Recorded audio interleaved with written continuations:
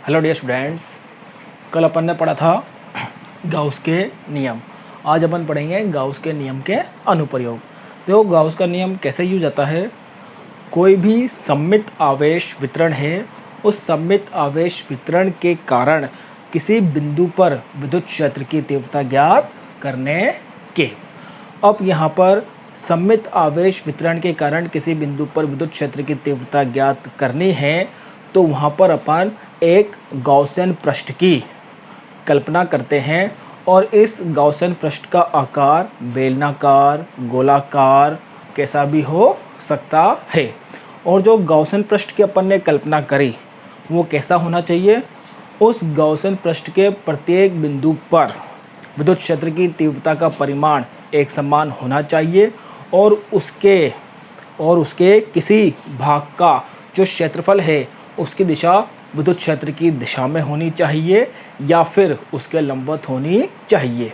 जैसे अपन बात करें गाउस के नियम के अनुप्रयोग, तो गाउस का नियम क्या होता है, phi equal to E dot D S equal to Q upon epsilon naught. तो इस सूत्र का उपयोग करके अपन सममित आवेश वितरण के कारण विद्युत क्षेत्र की तीव्रता ज्ञात करेंगे। और जो विद्युत क्षेत्र की तीव्रता अपन ज्ञात करेंगे वो किसके लिए ज्ञात करेंगे, वो अपन वही एकल आवेश के कारण। जैसे अपने पास कोई रेखीय आवेश घनत्व है, कोई एक रेखा है, उसके कारण किसी बिंदु पर विद्युत क्षेत्र की तीव्रता ज्ञात करना।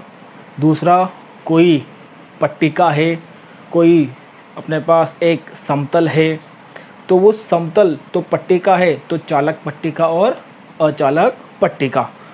और तीसरा गोला मतलब आवेशित गोला है कोई, वो आवेशित गोला भी चालक और अचालक। इन सब के लिए अपन विद्युत क्षेत्र की तीव्रता ज्ञात करेंगे।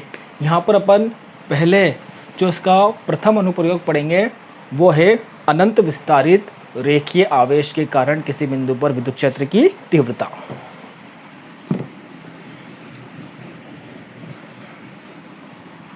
तो फर्स्ट अनुप्रयोग हो जाएगा अनंत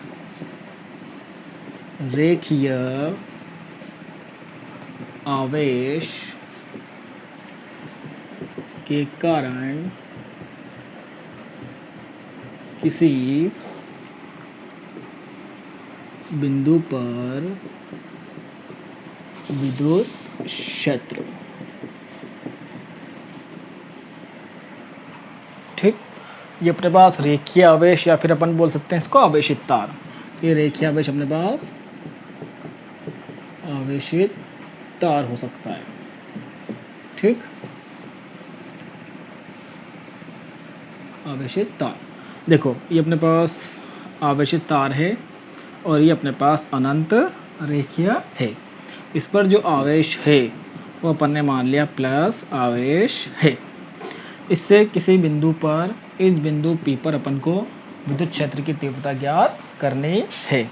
अब यहाँ पे विद्युत क्षेत्र की तीव्रता ज्ञात करने के लिए देखो ये अनंत विस्तारित है, तो इसकी इस तार से जो लंबवत दूरी है वो लंबवत दूरी मान लो R और ये बिंदु O है।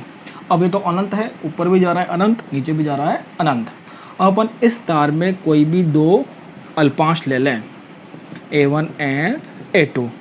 A1 A2 लेंगे तो इस A1 A2 की वजह से जो बिंदु P पर विद्युत क्षेत्र की तीव्रता होगी वो क्या होगी। सपोज करो इस A1 की वजह से यहाँ पर क्या हो जाएगा, इस दिशा में, और A2 की वजह से इस बिंदु पर वो जाएगा इस दिशा में। ठीक, अब ये O बिंदु से समान दूरी पर है तो इनके मध्य जो कोण बनेंगे वो भी क्या बनेंगे, समान बनेंगे। अब ये थीटा है तो इधर भी थीटा और इधर भी थीटा। अब A1 की वजह से जो इधर विद्युत क्षेत्र की तीव्रता होगी वो मान लो EA1 और A2 की वजह से जो इस बिंदु P पर विद्युत क्षेत्र की तीव्रता होगी वो मान लो EA2। अब इसके घटक निकालें तो x अक्ष की दिशा में जो घटक आएंगे तो EA1 का तो इधर जाएगा EA1 cos थीटा, क्योंकि कोई भी अक्ष जिसके साथ थीटा कोण बनाती है उधर आता है अपने पास कोस का घटक, और उसके जो लंबवत है वो आता है साइन का घटक। ऐसे E2 इधर है, तो ये इस अक्ष के साथ थीटा कोण बना रही है, तो इधर क्या हो जाएगा E2 cos थीटा, और इसके लंबवत ये आ जाएगा E2 sin थीटा। अब देखो इस पे जो आवेश है वो मान लो आप dq क्योंकि समान लंबाई का माना, और यहाँ से A1P और A2P ये दूरियां भी समान हैं, तो EA1 और EA2 का परिमाण समान होगा। समान परिमाण के कारण ये एक दूसरे को कैंसिल कर देंगे, और जो परिणामी विद्युत क्षेत्र आएगा वो परिणामी विद्युत क्षेत्र कहाँ पर आएगा, x अक्ष की दिशा में। तो इस प्रकार कोई अनंत विस्तारित रेखीय आवेश है, उसके कारण किसी बिंदु पर विद्युत क्षेत्र की तीव्रता की दिशा क्या होगी, उसके लंबवत। अब इसके लिए अपन को विद्युत क्षेत्र की तीव्रता ज्ञात करने के लिए अपन यहाँ पर बिंदु O से P की दूरी r है, स्मॉल r त्रिज्या का एक बेलनी गॉसन पृष्ठ की कल्पना करते हैं, क्योंकि ये अपन को पता पड़ी क्या थी विद्युत क्षेत्र की तीव्रता की दिशा क्या होगी।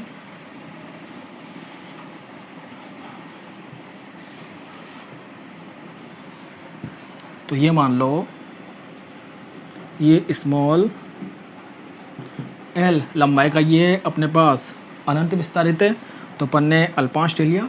स्मॉल l लंबाई का एक बेलनाकार जो गॉसन पृष्ठ है ये उसकी अक्ष है, और इससे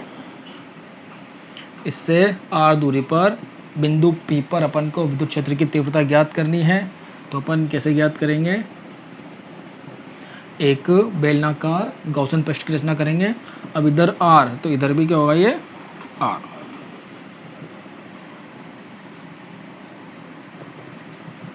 ये r। तो बेलनाकार पृष्ठ की रचना होगी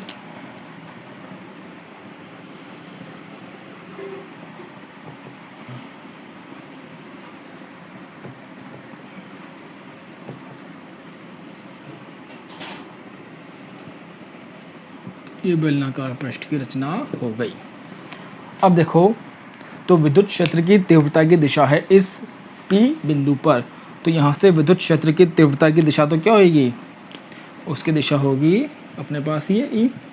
ये सभी में जो तार है इस तार के कारण x अक्ष की दिशा में विद्युत क्षेत्र की दिशा।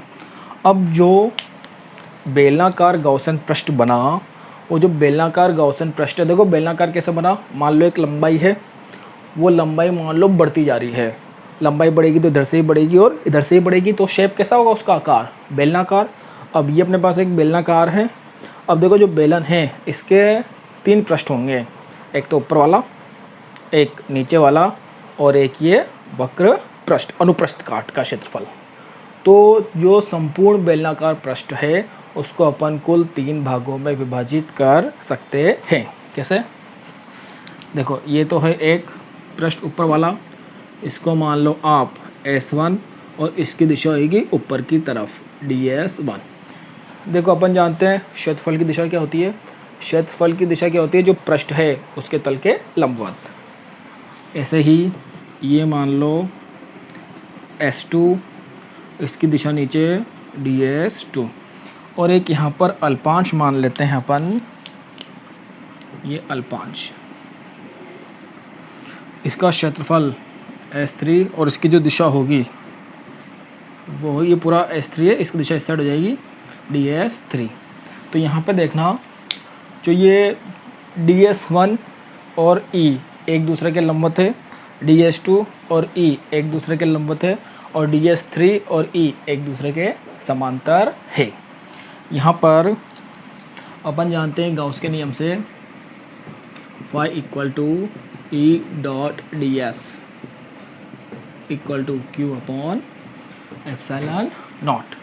अब देखो ये रेखीय है, रेखीय आवेश, तो यहाँ पे रेखीय आवेश घनत्व आएगा। रेखीय आवेश घनत्व क्या होता है, lambda equal to Q upon L, प्रति एकांक लंबाई पे जो आवेश है, और यहाँ पर Q क्या हो जाएगा, लैम्बडा L।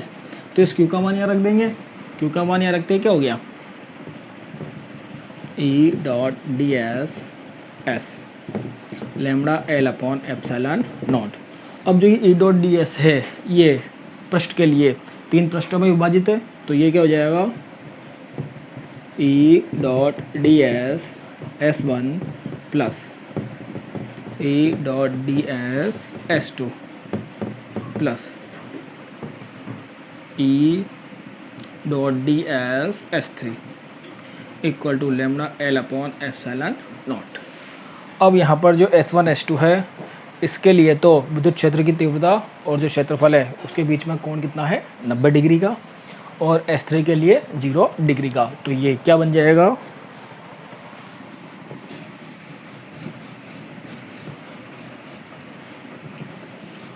ये हो जाएगा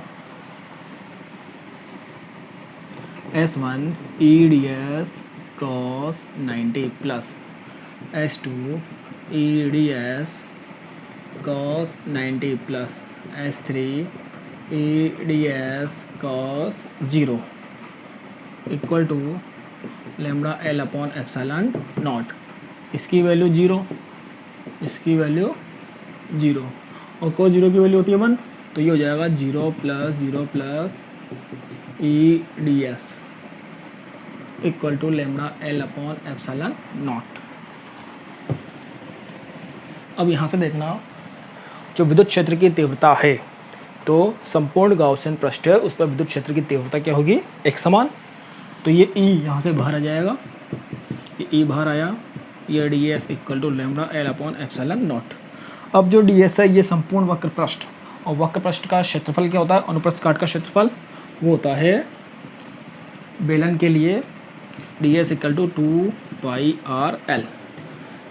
वैसे अगर बेलन की ऊंचाई h हो तो अपन बोलते हैं 2πr_h, पर यहाँ पे अपन ने इसको l माना, ये l है तो अपने पास हो गया 2πr_l। ये 2πr_l यहाँ पुट करेंगे, e into 2πr_l lambda L upon epsilon not. l से l कैंसिल, l से l कैंसिल होते ही इस e का मान क्या आ जाएगा, इस e का मान आ जाएगा e equal to lambda upon 2πr epsilon naught. इस एप्सिलॉन नॉट को अपन इसके साथ लिख लें, lambda upon 2π epsilon naught r। अब देखना अपन जानते हैं चूँकि 1/4π epsilon naught equal to K Coulomb नेतांक, तो यहाँ पर इसको k बनाने के लिए 2 से ऊपर नीचे मल्टीप्लाई कर देंगे, 2 से ऊपर नीचे गुणा करते ही ये क्या हो गया 2 lambda upon 4π epsilon naught r, और 1/4π एप्सिलॉन नॉट कितना हो जाएगा के, तो e equal to 2k lambda upon r। और अगर सदिश रूप में लिखें तो सदिश रूप में हो जाएगा 2k lambda upon r cap, जो क्या प्रदर्शित करता है विद्युत क्षेत्र की दिशा। अब अगर ग्राफ खींचें तो ग्राफ कैसा आ जाएगा, अब इसका कोई मतलब है नहीं, ये तो हो गया।